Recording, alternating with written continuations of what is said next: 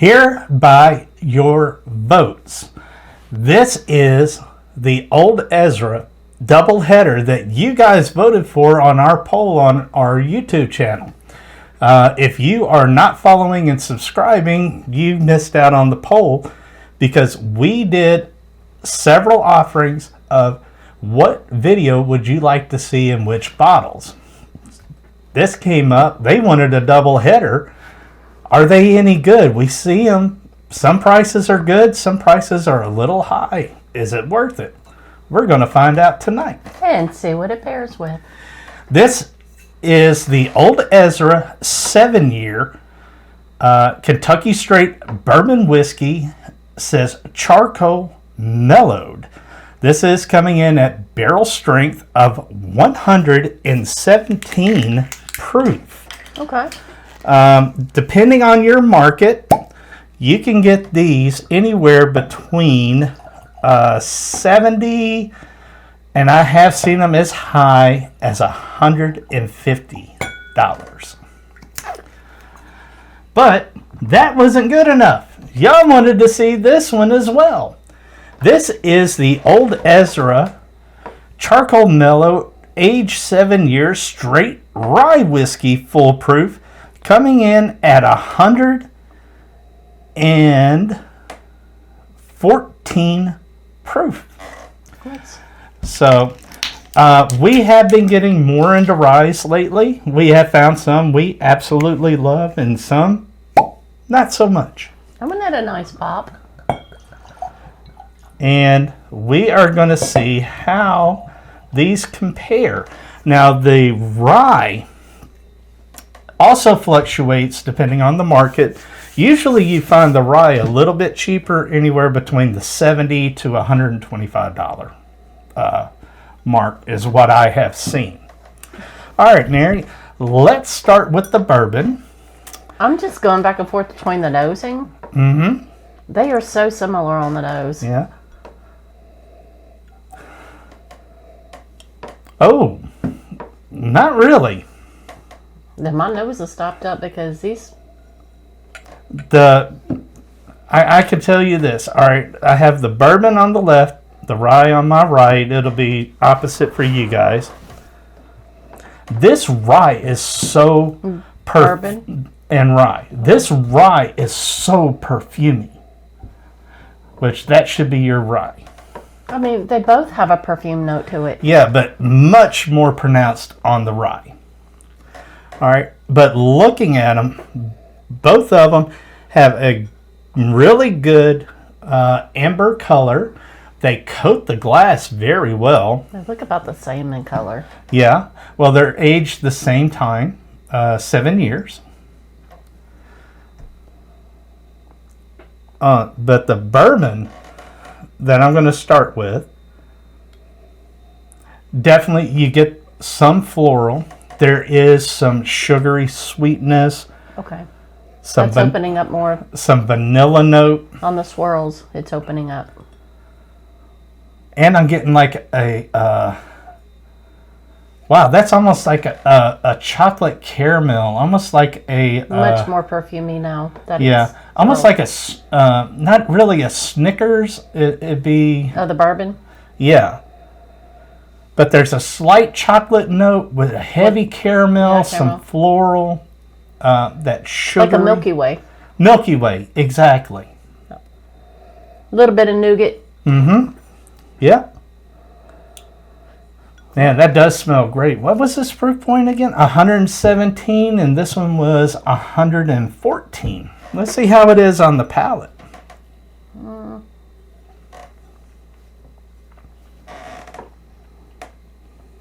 Definitely getting a caramel note.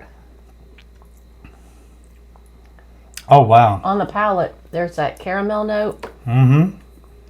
But it's got a nuttiness. A nutty caramel, almost like a Snickers bar. There's a slight milk chocolate note to it.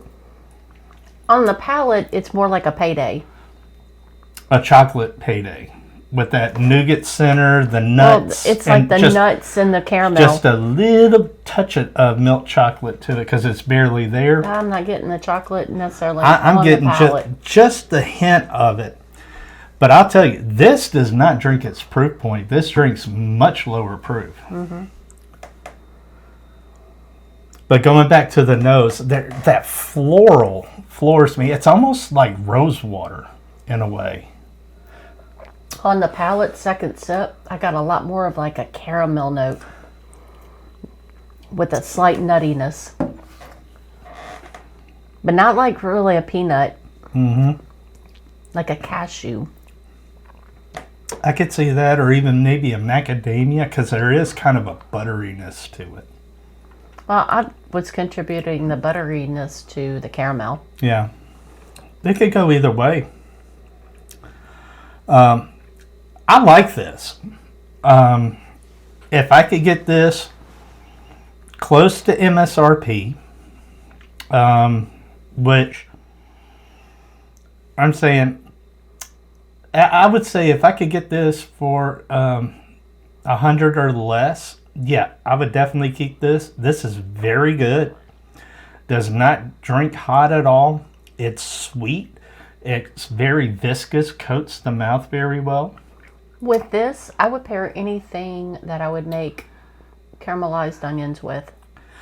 Yeah, I mean, I could see steak that are caramelized onions and put it on the top. Anything with it. I go even simpler than that. I would love a steak burger with caramelized onions, maybe even some Swiss and mushroom on it, and fully dressed. I could see the mushroom. The mushroom would play into some of that floral note.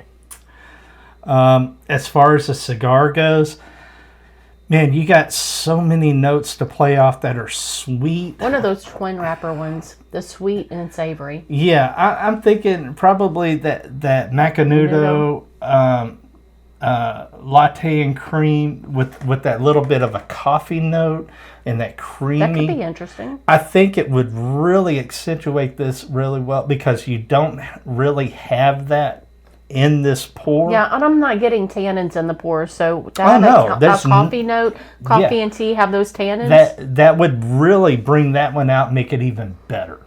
Yeah, because I think you would have the feel of the tannins in your mouth from that coffee note. Yes. And that way when you would sip that, it would give you, I think it would be more mouth pleasure with having just slight tannin flavor in the mouth. All right. But great pour. But you guys are not here just for the bourbon. Let's jump into the rye. We've let this sit for a few minutes now. And let's see what our thoughts are on it now that it's had a few minutes on air. I will say that I agree that the swirling has opened up those, I guess, just the floral. Yeah, it's more of a floral. This is almost like jasmine, like wild jasmine in a summer field. That bright, spiky, but sweet scent that it gives off.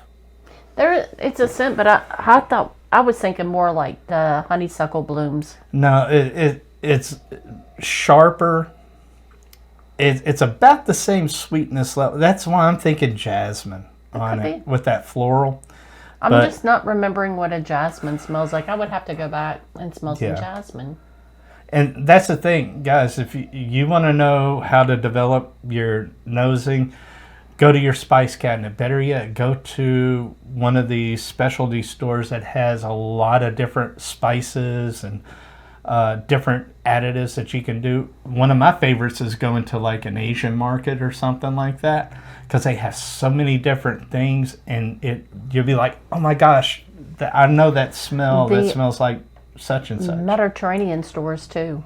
Yes, any of those type of stores because they have such an influx of product availability. You'd be surprised what you can get on it. Especially when you go to the international store and you find like the Madagascar vanilla, because that vanilla is so much different compared to most of the vanillas that you could get at your Kroger or your local grocery store. There is some mintiness on this, but I mean, you go low in the glass, that rye spice punches you in the nose.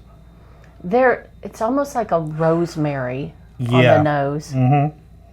Like a fresh rosemary, not a dried one, and not one that's already cooked. Like when we went to Old Dominic with that drink that they had the rosemary sprig in. Yeah, with the fresh rosemary sprig, yes. Yes. There's almost like a piney, Yeah. but slightly sweet. Yeah. Very earthy.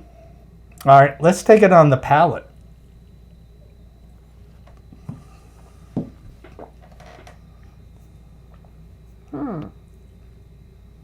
Oh,